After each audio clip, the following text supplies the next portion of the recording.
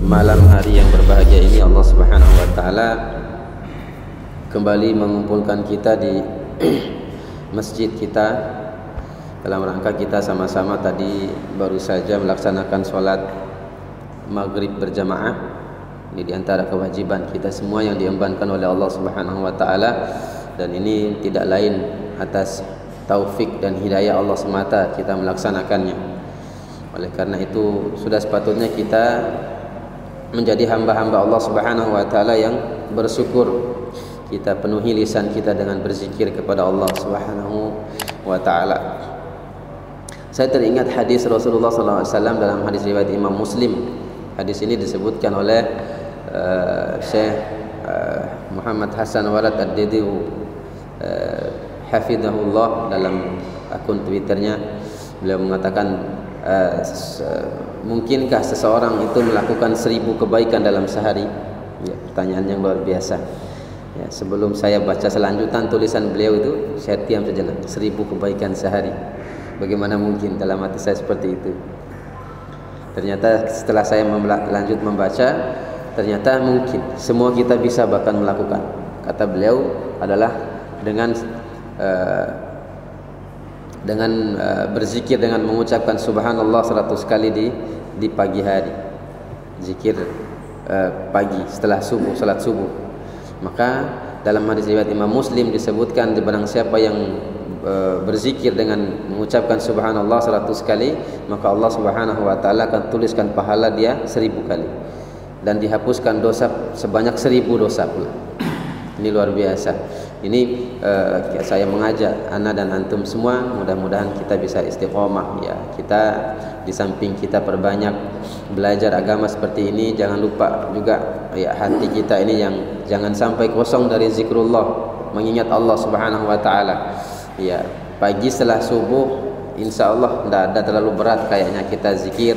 Setelah kita zikir ba'da salat, kemudian kita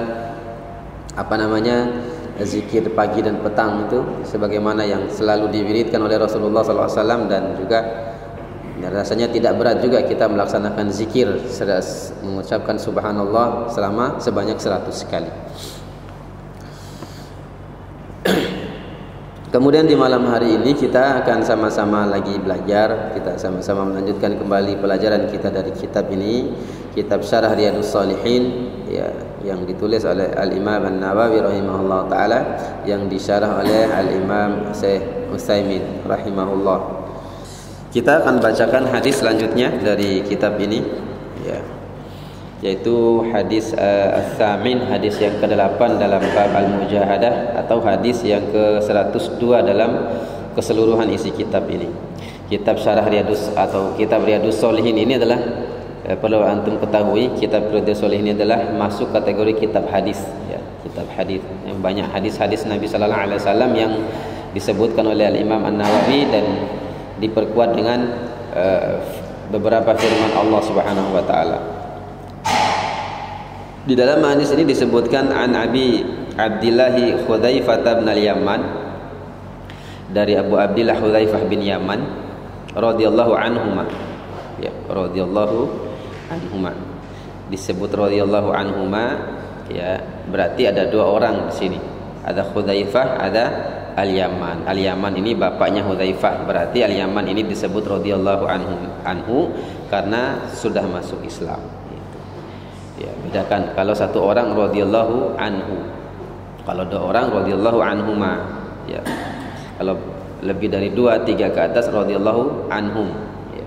Itu penyebutan seperti itu. Qal, dia mengatakan, dia bercerita, ini ceritanya. Shallaitu ma'an Nabi sallallahu alaihi wasallam dzata lailah. Aku pernah salat bersama Nabi sallallahu alaihi wasallam suatu malam ya.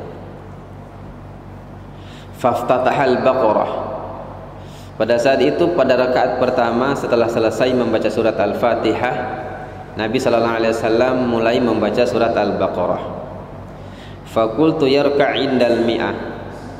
Ya, karena sudah bacaan surat Al-Baqarah begitu panjang, ayat 1, ayat 2 lewat, 20 lewat, 30 lewat, 40 sampai 70, 80, 90, sampai Hudzaifah mengatakan dia dalam hati dia berbisik ya, karena Ini sudah lama sekali berdirinya nih.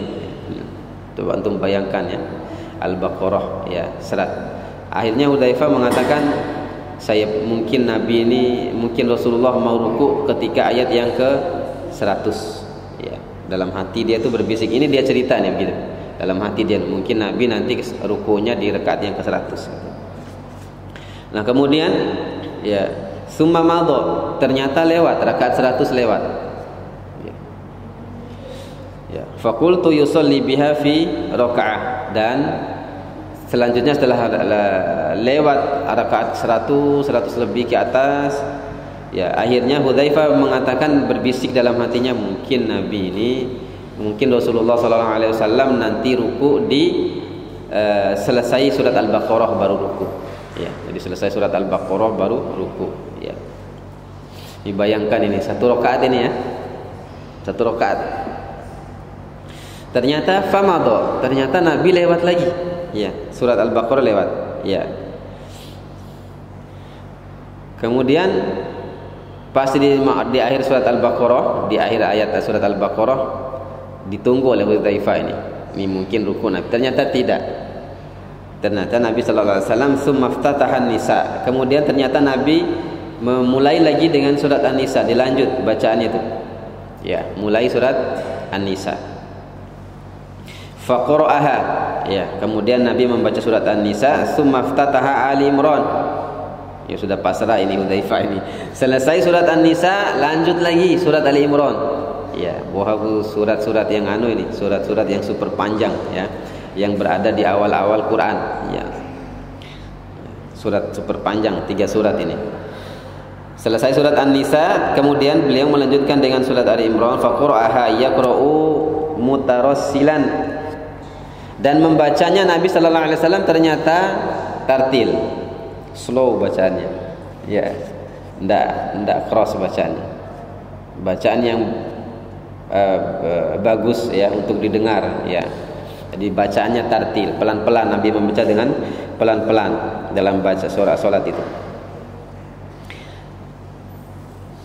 Kemudian idza marra bi ayatin fiha tasbih sabbaha. Kemudian Nabi sallallahu alaihi wasallam, kata Hudzaifah, pada saat itu sudah surat Al-Baqarah lewat, An-Nisa, balik lagi Ali Imran. Nabi bacanya tartil, sudah tartil, kata Hudzaifah Ibnul Yaman, sudah tartil ya. Nabi ketika membaca ayat yang berkaitan dengan tasbih sabbaha, Nabi bertasbih. Kalau ada ayat yang umpama seperti tadi kita baca ya, ini contoh saja ya, seperti di ana baca tadi al-a'la, sabbihisma rabbikal a'la alladzi khalaqa fasawwa, pas sabbihisma rabbikal a'la alladzi khalaqa fasawwa, berhenti dulu, subhanallah subhanallah subhanallah subhanallah, sambil zikir. Nabi itu sambil tasbih, karena dia kalau melewati ayat tasbih beliau berzikir dan bertasbih ya. Bayangkan itu, sudah 3 surat lewat, ternyata bacaannya juga seperti itu. Setiap lewat ayat tasbih, kata Hudzaifah bin Yaman, beliau bertasbih. Wa idza marra bis-su'ali sa'ala. Begitu juga kalau ada dari 3 surat tadi, Nabi melewati ayat, membaca ayat yang berkaitan dengan permintaan, beliau meminta, berdoa sambil berdoa. Selesai baca langsung doa, angkat tangan doa. Ya. Ini luar biasa panjangnya nih. Wa idza marra bi ta'awudin ta'awadha. Kemudian kalau Nabi lewat ya, kalau Nabi lewat membaca surat yang ta'awud, ayat yang berkaitan dengan ta'awud, perlindungan ya, mohon perlindungan. Kemudian Allah memohon Rasulullah memohon perlindungan ya. Sambil membaca itu sambil memohon perlindungan. Baru Nabi sallallahu alaihi wasallam setelah selesai 3 surat itu summa raka'a. Kemudian Nabi sallallahu alaihi wasallam beliau ruku. Ya. Faja'ala yaqul subhana rabbiyal azim. Kemudian dalam rukunya Hudzaifah mengatakan Nabi sallallahu alaihi wasallam membaca subhana rabbiyal azim. Maha suci Allah Subhanahu wa taala, zat yang maha agung. Ya, subhana rabbiyal azim. Di sini saya juga perlu ingatkan ya, saya banyak mendengar, kita terutama kita orang Bima ini, kalau baca subhana rabbiyal azim itu terpengaruh dengan bacaan subhana rabbiyal a'la. Jadi bacaannya subhana rabbiyal azim, subhana rabbiyal azim, padahal itu salah. Ya, enggak tahu artinya itu apa itu. Yang benar biasa saja subhana rabbiyal azim. Ya, maha suci Allah yang maha agung, azim. Ya. Ya. Ya, terpengaruh tadi ya subhana rabbiyal a'la. Jadi Nabi membaca dalam solatnya ketika ruku, kata Hudzaifah ibn Yaman, subhana rabbiyal azim. Fakana ruku'uhu nahwan min qiyamihi. Yang luar biasa lagi, kata Hudzaifah ibn Yaman, ruku'nya sepanjang berdirinya. Jadi panjang ruku sepanjang berdiri. Coba bayangkan 3 surat tadi ya. Al-Baqarah, An-Nisa, Ali Imran, panjang berdiri, kemudian ada tasbihnya, ada doanya, ada ta'awudnya. Kemudian kalau setelah itu beliau ruku sama panjang ketika berdiri tadi. Allahu Akbar. Dia sombal lah Hudzaifah. Gimana tidak kewalahan coba. Ya. Panjang ruku sama dengan panjang berdiri tadi. Summa qala, kemudian Nabi mengucapkan ya setelah ruku lama seperti itu, sami Allahu liman hamidah rabbana lakal hamdu. Sami Allahu liman hamidah. Nabi bangkit, rabbana lakal hamdu. Allah mendengar hamba yang memujinya, rabbana lakal hamdu. Ya Allah, maha suci bagimu, segala puji bagimu. Jadi ada 2 lafaz, rabbana lakal hamdu. Dalam hadis yang lain ada tambahan lafaz waw, huruf waw, rabbana walakal hamdu, sama saja boleh. Rabbana lakal hamdu atau rabbana walakal hamdu boleh. Nah, ini diantara bacaan Nabi sallallahu alaihi wasallam sebagaimana disebutkan oleh Hudzaifah bin Yaman dalam hadis ini. Setelah itu, setelah bangkit dari ruku, beliau berdiri, tsumma qama qiyaman tawilan qariban mimma raka'a. Kemudian ketika tadi berdiri sami Allah liman hamidah rabbana lakal hamdu, Nabi berdiri ya, irsal, Nabi berdiri ya, berdiri sebelum sujudnya itu hampir sama dengan panjang ruku. Ya, hampir sama ya, bukan separuh ini, hampir sama. Coba bayangkan, berdiri sama dengan panjang ruku, kemudian bacaan tadi sama dengan panjang ruku, ya, kembali bangkit dari ruku, pas berdiri, ya, bangkit dari ruku, ya, sebelum menuju sujud, ya, ternyata berdirinya hampir sama dengan rukunya, panjang, ya. Ya, panjang sekali ini, gimana nggak bosan Hudzaifah berdirinya, ya. Summa sajada, kemudian setelah itu beliau setelah lama berdiri, summa sajada, kemudian beliau sujud, faqal, dan beliau membaca subhana rabbiyal a'la, subhana rabbiyal a'la, maha suci Allah subhanahu wa ta'ala yang maha tinggi, ya. Fakana sujuduhu qariban min qiyamihi, dan sujudnya hampir sama dengan berdirinya tadi, ya, dan sujudnya hampir sama dengan berdirinya, ya, masya Allah ini.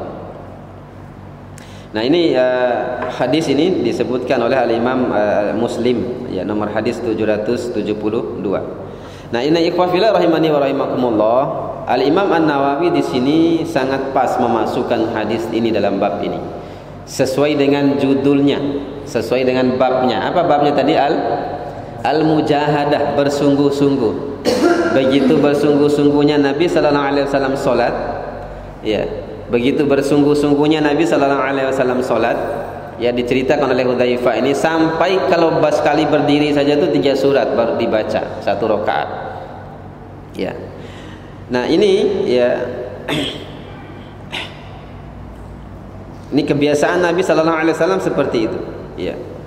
Kebiasaan Nabi sallallahu alaihi wasallam ini seperti itu. Hudzaifah ini juga termasuk salah seorang sahabat Nabi sallallahu alaihi wasallam di antara sahabat-sahabat yang berkhidmat, yang membantu Nabi sallallahu alaihi wasallam. Ya. Hudzaifah ini adalah salah seorang sahabat, tapi bukan budak. Mereka manusia-manusia merdeka, tapi mereka ikhlas mengabdi kepada Rasulullah sallallahu alaihi wasallam. Makanya mereka tahu bagaimana salatnya Nabi sallallahu alaihi wasallam. Ini luar biasa. 3 surat itu dibaca ya. 3 surat itu dibaca. Al-Baqarah berapa ya? 286 ayat. Kemudian kalau Ali Imran 100 200 juga ya? 200 berapa? 200 pas. Kemudian An-Nisa baru 176 ya, 176. Itu bayangkan banyak ayatnya, itu belum lagi ayatnya panjang-panjang. Ini menunjukkan kesungguhan Nabi sallallahu alaihi wasallam ya ketika ibadah. Mujahadah, al-mujahadah. Ya nanti kita buktikan nanti di salat tarawih nanti ya. Ya. Kita buktikan di salat tarawih ya. Kasihan juga jadi imam, Ustaz Ikram terutama di sini ya. Ya. Ya. Hari pertama full. Ya, hari pertama full. Ya. Itu fullnya tuh hari pertama dan hari terakhir biasanya. Dan pertama dan yang terakhir. Ya, enggak tahu ini sudah jadi kebiasaan kita ini. Ya, bukan hanya di sini ya, mungkin di seluruh tanah air kita tercinta ini begitu semua. Ya, paling banter satu pekan lah pertama itu, paling banter. Apalagi mau akhir-akhir Ramadan itu ada pasar malam rame sana tuh, sepi sudah masjid itu. Yang rame pasar malah. Ya. Nabi bersungguh-sungguh begitu. Ya. Nabi baca 3 surat ini. Kemudian Nabi sallallahu alaihi wasallam, dan juga ini menunjukkan kata para ulama menjelaskan termasuk Syekh Utsaimin di sini, maka ketika kita membaca Al-Qur'an boleh kita membolak-balik surat. Ya, boleh kita membolak-balik surat bahkan dalam satu rakaat seperti itu. Yang tidak boleh itu ayatnya campur-campur. Nah, ini tidak boleh. Ya, kita baca qul huwallahu ahad. Ya, belum selesai qul huwallahu ahad baru qul a'udzu birabbin nas ya. Ya, balik lagi ke amma yatasaalun umpama. Ini tidak boleh. Yang boleh itu bolak-balik surat boleh, tidak masalah. Ini dalam satu rakaat, apalagi di rakaat yang terpisah boleh, secara mutlak boleh. Ya, tidak masalah. Hanya saja kalau dalam surat ini solat tahajud ya, solat malam. Ya, bukan solat ya, karena Nabi tidak seperti ini kalau solat solat wajib. Nabi melihat makmum. Ya. Ya. Ya. Terlalu panjang ya. Ya. Iya, memang sunnahnya begitu. Ya, bahkan dalam madhab Syafi'i, itu justru kalau salat wajib itu yang jahar, ya seperti maghrib, isya dan subuh, diutamakan dalam madhab Syafi'i itu ayat-ayat pendek saja. Jadi menurut mereka membaca ayat pendek itu lebih afdal dibandingkan membaca potongan ayat dalam surat-surat yang panjang. Ya, dalam surat-surat yang panjang seperti itu. Jadi ini salat malam yang dilakukan oleh Rasulullah sallallahu alaihi wasallam. Kemudian setelah selesai baca 3 surat tadi, ya. Yang luar biasanya setiap membaca ayat-ayat, ya, apabila ada ayat tasbih, beliau bertasbih, sabbaha, beliau bertasbih. Subhanallah, subhanallah, subhanallah. Entah berapa kali beliau tasbih, subhanallah, baru lanjut lagi ayatnya. Wa idza marra bisu'alin sa'ala. Kemudian kalau lewat ayat-ayat yang kaitannya dengan doa, maka beliau berdoa. Ya, maka di sini kita tidak masalah ya, kita kalau dalam sholat tahajud kita umpamanya ini sunnah Nabi sallallahu alaihi wasallam seperti itu. Ya, kita sambil bertasbih ketika melewati ayat-ayat tasbih, kemudian selanjutnya kita berdoa ketika melewati ayat-ayat yang berkaitan dengan anjuran untuk berdoa. Wa idza marra bi ta'awudzin ta'awwada. Kemudian Nabi kalau lewat ayat yang berkaitan dengan memohon perlindungan, beliau mohon perlindungan. Ya, dia memohon perlindungan. Tsumma raka'a. Kemudian Nabi sallallahu alaihi wasallam ruku. Nah, di sini beliau membaca subhana rabbiyal azim. Ya, jangan sekali lagi ya, bukan subhana rabbiyal azim, bukan. Tapi subhana rabbiyal azim. Maha suci Allah Subhanahu wa taala. Ya, maha suci Allah Subhanahu wa taala yang maha agung, ya. Subhana rabbiyal azim. Syekh Utsaimin di sini mengatakan ini juga menunjukkan bahwasanya boleh seseorang itu mengulang-ulang bacaan ini, Subhana rabbiyal azim, sepanjang rukuknya. sepanjang ruku, jadi tidak terbatas ya. Subhana rabbiyal azim ya, subhana rabbiyal azim. Umpama imamnya panjang maka boleh ya, kata Syekh Utsaimin sebagaimana dalam riwayat ini. Hanya saja saya pernah membaca perkataan Al-Imam Hasan Al-Basri rahimahullah taala, seorang ulama salaf ya, seorang tabi'in ya, jauh sekali tabi'in ya. Jadi ulama tabi'in, beliau mengatakan ucapan tasbih seperti subhana rabbiyal azim atau subhana rabbiyal a'la ketika sujud paling sedikit kata beliau 3 kali. Kemudian yang pertengahan adalah 5 kali, dan paling banyak menurut Imam Hasan Al-Basri adalah 7 kali. Ya, 7 kali. Di sini memang tidak disebutkan Nabi apakah Nabi membaca sepanjang rukunya atau tidak. Hanya saja di sini disebutkan secara umum Nabi membaca ketika ruku itu subhana rabbiyal azim. Kemudian Syekh Utsaimin menafsirkan beliau mengulang-ulang bacaan ini karena menurut beliau tidak mungkin beliau hanya diam saja ketika rukunya yang panjang. Syekh Utsaimin begitu. Kemudian fakana ruku'uhu nahwan min qiyamihi, rukunya sama lagi panjang seperti berdirinya ya. Tsumma qala sami Allahu liman hamidah, kemudian beliau mengucapkan sami Allahu liman hamidah rabbana lakal hamdu. Sami Allahu liman hamidah kalau dalam salat berjamaah ya, makmumnya yang disyariatkan adalah menjawab. Jadi ketika imam membaca sami Allahu liman hamidah rabbana lakal hamdu atau rabbana walakal hamdu. Hanya saja dalam mazhab Syafi'i menurut mereka boleh ketika imam membaca sami Allahu liman hamidah kemudian makmum juga ikut sami Allahu liman hamidah dengan dilanjutkan rabbana walakal hamdu ya. Menurut mazhab Syafi'i boleh. Kemudian selanjutnya ikhwafillah rahimani wa rahimakumullah.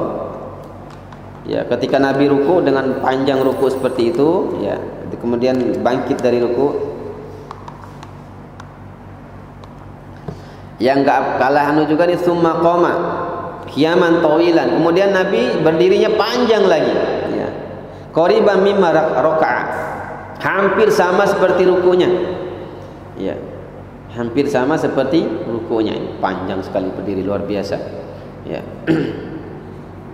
Summa sajada, baru Nabi bersujud dan membaca subhana rabbiyal a'la. Fakana sujuduhu qariban min qiyami, dan sujudnya hampir sama dengan berdirinya tadi. Nah, ini sekali lagi menunjukkan begitu mujahadahnya Rasulullah sallallahu alaihi wasallam ya, begitu bersungguh-sungguhnya Rasulullah sallallahu alaihi wasallam dalam ibadahnya ya, dalam ibadahnya. Makanya Aisyah pernah ditanya oleh beberapa orang yang datang menemui Aisyah radhiyallahu taala anha tentang bagaimana salat Nabi. Aisyah mengatakan kalian tidak akan mampu mengikuti salatnya Nabi, saking bagusnya. Nabi itu kalau salat bagus, panjang, bagus bacaannya. Ya, akhirnya salah seorang di antara tiga orang itu berkata, kalau begitu saya tidak mau menikah saja. Biar saya ibadah terus panjang hidup saya. Ya, dia mau menyaingi Nabi. Ya. Ada yang bilang lagi, kalau begitu saya tidak mau tidur malam, saya tahajud terus. Ada lagi yang bilang, salah satu di antara mereka yang bilang, kalau begitu saya tidak akan makan, puasa terus ya, mau kalahin ya, ibadahnya Nabi sallallahu alaihi wasallam. Tapi Nabi justru marahin mereka, ini bid'ah dolalah itu. Kullu bid'atin dolalah, ini bid'ah dolalah itu. Yang jelas-jelas Nabi larang itu. Ya. Ya, manusia ini masa enggak makan ya, mau puasa terus ya. Nanti binasa nanti. Nabi melarang seperti itu. Waktunya sholat, waktunya makan itu maksudnya. Nah, ini diantara hadis ini. Kemudian kita lanjutkan dengan hadis at-tasi', hadis yang ke-9 atau 103 dalam keseluruhan isi kitab ini. Ini masih berkaitan dengan bagaimana menunjukkan mujahadahnya Nabi sallallahu alaihi wasallam dalam ibadahnya. Hadis ini an Abdullah Mas'ud radhiyallahu anhu. Dari Ibnu Mas'ud radhiyallahu taala anhu qol, dia mengatakan sallaitu ma'an Nabi sallallahu alaihi wasallam laila. Saya pernah salat bersama Nabi sallallahu alaihi wasallam suatu malam. Fa atala al-qiyam. Kemudian Nabi sallallahu alaihi wasallam salatnya begitu panjang berdirinya, sama dengan kesaksian Hudzaifah tadi. Sama dengan kesaksiannya Hudzaifah. Ibnu Mas'ud mengatakan seperti itu. Begitu panjang berdirinya Nabi sallallahu alaihi wasallam, hatta hamamtu bi amrin su, sampai saya terlintas dalam benak saya ingin melakukan sesuatu yang buruk. Ya. Terlintas dalam benak, dalam hati saya, ini terlalu panjang nih salatnya Rasulullah. Ya, akhirnya saya punya pikiran yang buruk pada saat itu. Ya, kemudian para sahabat yang lain bertanya kepada Ibnu Mas'ud, apa maksud kamu pikiran buruk itu? Ya, ditanya oleh para sahabat yang lain. Maka dia mengatakan, hamamtu an ajlisa wa ad'ahu. Saya pada saat itu ingin duduk saja dan meninggalkan Nabi sallallahu alaihi wasallam. Ini somba. Mau duduk saja. Ini gimana ini ya? Panjang Nabi sholat itu sampai kalah ya. Ibnu Mas'ud ini masih muda dia dibanding Nabi sallallahu alaihi wasallam yang umurnya 50-an pada saat itu, 60 ya. Ibnu Mas'ud yang masih muda saja kalah ya.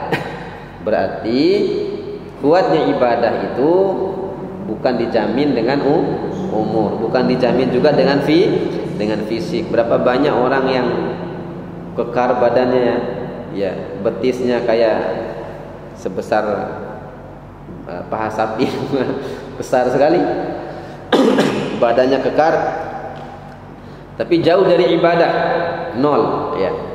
Bahkan rumahnya mungkin dekat dengan masjid, tidak pernah datang ke masjid ya. Itu membuktikan ibadah ini bukan yang menguatkan, bukan fisik tapi iman. Makanya kita kemarin pada pertemuan yang 2 atau 3 pekan yang lalu Nabi mengatakan itu ya, yaitu mukminul qawi ahabbu ilallah minan mu'minud dhaif ya, mu'minid dhaif.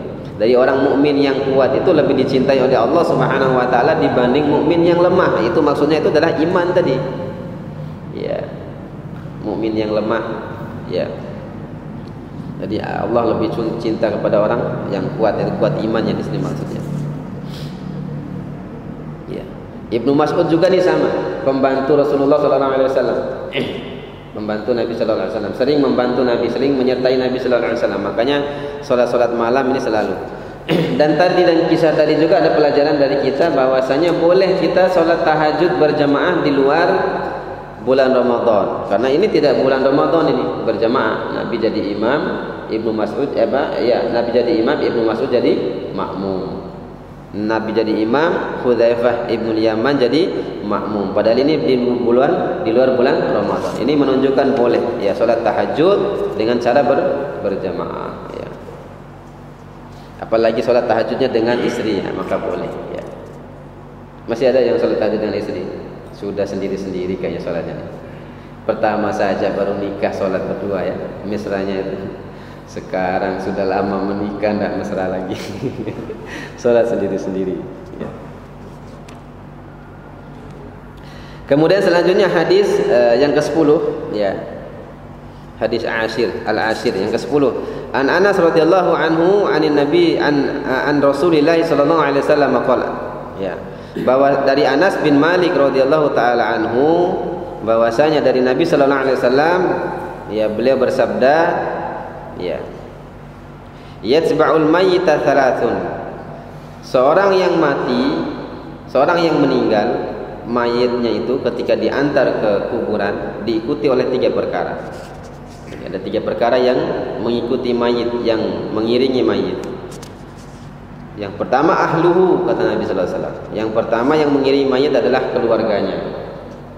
Kemudian yang kedua malu. Yang kedua adalah hartanya.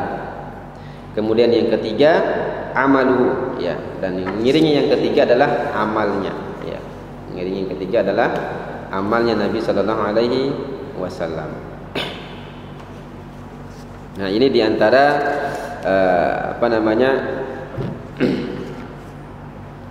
hadis selanjutnya ya, dari Anas radhiyallahu taala anhu. Anas juga ini sama, pembantu Nabi sallallahu alaihi wasallam ya, Anas bin Malik. Bahkan Anas bin Malik ini dari kecil bahkan dibawa oleh orang tuanya, langsung ditahnik oleh Nabi ya, ditahnik oleh Nabi sallallahu alaihi wasallam. Ini sahabat-sahabat yang terbaik, salah satunya Anas. Di air liurnya Nabi itu langsung dia dapat, dia pertama lahir ya. Itu berkahnya luar biasa, bertabarruk dengan Nabi sallallahu alaihi wasallam ya. Sudah di antara banyak hadis juga menyebutkan itu kalau Nabi berwudu itu para sahabat itu ongemena ngambil air sisa wudu Nabi sallallahu alaihi wasallam, bertabaruk dengan, dan ini disyariatkan, tidak mengapa. Ya, keutamaan Nabi sallallahu alaihi wasallam. Begitu juga sebagian para ulama mengatakan menjadikan dalil sebagai bertabaruk dengan orang-orang yang memiliki keutamaan selain Nabi sallallahu alaihi wasallam. Nah, sama ya. Mereka ini ikhwafil rahimani wa rahimakumullah, ya. Banyak di antara mereka seperti tadi siapa namanya? Hudzaifah ibnu Yaman, itu ahlu suffah. Mereka ini ahlu suffah ini mereka orang yang muhajir yang datang ke Madinah, berhijrah ke Madinah, tidak punya tempat tinggal. Akhirnya tinggalnya di masjid Nabi. Ya. Di emper masjid mereka tidur, ya. Ya, dalam riwayat disebutkan oleh Syekh Utsaimin jumlah mereka ada 80 bahkan lebih. Ya. Ya. Itu di masjid aja tidurnya. Kalau sekarang itu kayak jamaah tabligh lah, lebih kurang. Ya. Mereka tidak ada yang lain, kerjanya ibadah, sibuk ibadah saja. Sibuk zikir, ya. Dan yang kasih makan itu sahabat-sahabat yang lain, ahli sufa ini. Ya, maka sebagian ulama yang mengatakan bahwasanya kata sufi itu diambil dari sini, sufa, ahli sufa. Yaitu mereka yang sibuk dengan ibadah. Maka aliran sufi itu lebih kepada itu mereka sebetulnya. Lebih kepada memperbanyak ibadah, banyak zikir, mengingat Allah Subhanahu wa taala. Dan dalam hadis ini termasuk Anas. Anas ini orang yang selalu menemani Nabi sallallahu alaihi wasallam, khadimun Nabi, pembantu Nabi sekalipun dia bukan budak. Ya, sekalipun beliau bukan budak. Nah, dalam hadis ini seorang mayit itu ya akan diiringi oleh 3 perkara ketika diantar ke kuburnya. Ya, yang pertama adalah ahluhu. Ya, ahluhu. Yang mengiringinya pertama adalah keluarganya. Ya, kalau kita meninggal suami, siapa yang mengiringi? Istri, anak, orang tua kita, ya, karib kerabat kita, tetangga kita, ya, diiringi kita sampai ke kubur. Sudah Isya. Ya, nanti dimatikan dulu sebentar ya, pendek aja di sini. Ya. diiringi oleh itu, ya, keluarganya, ya. Ya. Kemudian yang kedua adalah hartanya. Hartanya juga mengiringi. Harta di sini bisa berupa mungkin kendaraannya, ya, dipakai oleh keluarganya untuk pergi umpama kuburannya jauh. Atau harta di sini bisa jadi pembantunya, karyawannya. Mungkin dia dulu bos, ya. Ketika mati banyak karyawannya, banyak pembantunya. Hanya karyawan dan pembantunya mengantarkannya ke kubur. Ini juga termasuk hartanya yang mengiringinya. Ya. Kemudian yang terakhir adalah amal, ya, amaluhu, ini yang mengiringi yang terakhir, diiringi oleh amal baik, yang baik maupun amal buruk. Bukan amal baik saja ini, jangan pikir amal sholat saja ini, alhamdulillah saya banyak sholat. Tidak, amal buruk juga kita yang mengiringi itu semua. Yang baik dan buruk akan mengiringi kita, maka perbanyak amal yang baik. Kata Nabi sallallahu alaihi wasallam, faryaji, ya, fayarji'u thnani, maka 2 akan kembali, ya, fayabqa wahidun, yang setia menemani satu saja, kata Nabi sallallahu alaihi wasallam. Yang kembali yarji'u ahluhu wa maluhu, yang kembali yang tidak mau ikut masuk kubur dengan kita apa? Siapa? Keluarga kita dan harta kita. Tidak ada orang Islam dikubur dengan rumahnya, dengan mobilnya. Kalau yang dulu dengan istri sehidup semati, kata istri umpamanya, ya, pas kita mati sudah, lu mati gue hidup. Ya, begitu. Tidak ada istri sekalipun cinta kepada suami mau ikut masuk kubur, tidak ada. Sebaliknya juga, ya, kita suami cinta kita kepada istri, istri mati, istri dikuburkan, mau nggak kita ikut masuk kubur? Tidak. Bahkan belum 1 minggu sudah nikah lagi antum, ya. Masih takziah istrinya ini, dia nikah lagi ya Pak Asrin. Kejam Pak Asrin, ya. Tidak masalah, boleh kalau laki-laki Pak Asrin, kecuali yang perempuan tidak boleh, ya, harus selesai masa iddahnya dulu. Nah, yang kembali 2 tadi, keluarga, harta kembali. Yang ikut masuk ke dalam kubur, amal baik maupun amal yang buruk. Ya.